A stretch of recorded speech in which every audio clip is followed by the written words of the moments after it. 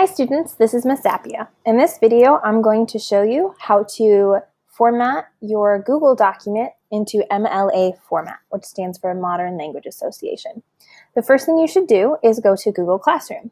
You can do that by clicking on the Join 5.5's Google Classroom button on the third quarter language arts page, which I'll show you right now.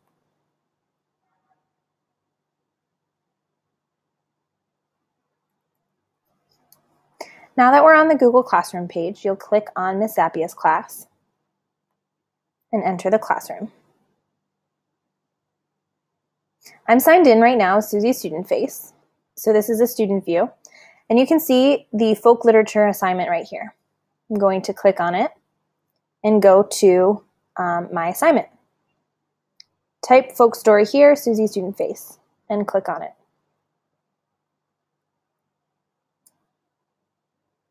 Then you'll be brought to the Google Doc where you typed your story.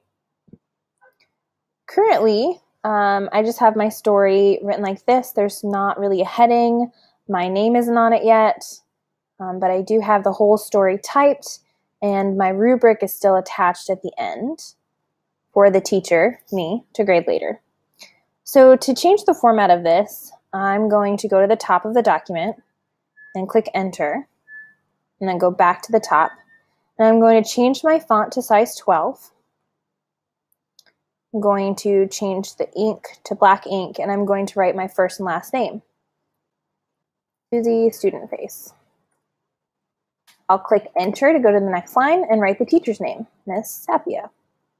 Click Enter again, and I will write 5.5 to write the name of the class.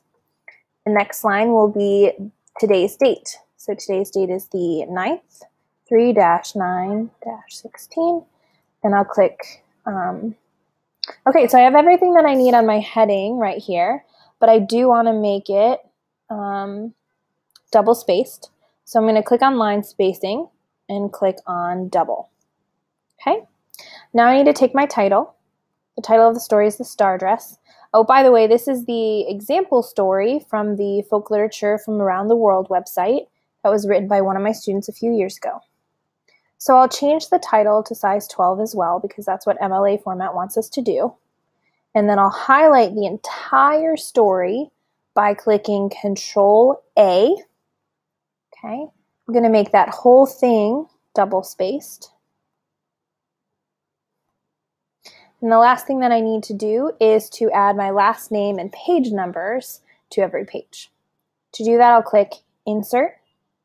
I'll scroll down until I see page number. Click on this first button right here, and then you'll see a 1 in the upper right-hand corner of the page. Click on the arrow key to go to the left of that and type your last name. And then click comma, space. You click off of that and scroll down to the second page of your document. You'll see that it's automatically changed it to last name 2. You have 3 pages, last name 3, and so on. Right now, my margins are 1/2 inch. I did that because if I was going to print it, it would save paper. You're not actually going to print your story, so let's change the margins back. You'll do that by going to File, scroll down to Page Setup. It's on Portrait already. Here's margins. You want to change those to 1s. Now, your margins might already be 1s. I can't remember whether or not I saved the document with you guys before I changed that. So if they're not, just go ahead and fix it, and you'll see it just shrinks a little bit like that. Okay? The last thing that you want to do currently on this document, there's an extra space between all of the paragraphs. So get rid of that. In every paragraph, you're going to indent the first line to show that it's a new paragraph. So just go through and get rid of those.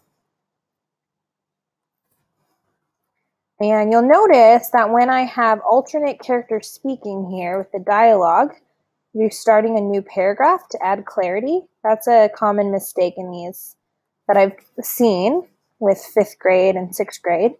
So that's just something to keep in mind. If different characters are speaking to one another, when a different character speaks, start a new paragraph. with your quotations.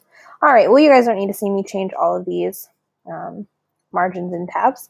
That concludes this video. Those are the basics of changing the formatting of your paper. All right, so after you guys watch this video, make sure you watch the next video about sharing your document with your writing group and starting peer editing. Okay, good luck. Feel free to pause this video, to go back and watch it again, do whatever you need to do. If you need help, ask the people around you at the computers next to you. Try it at least twice on your own before you ask, and then if you and your friends can't figure it out, come and find me. All right, good luck.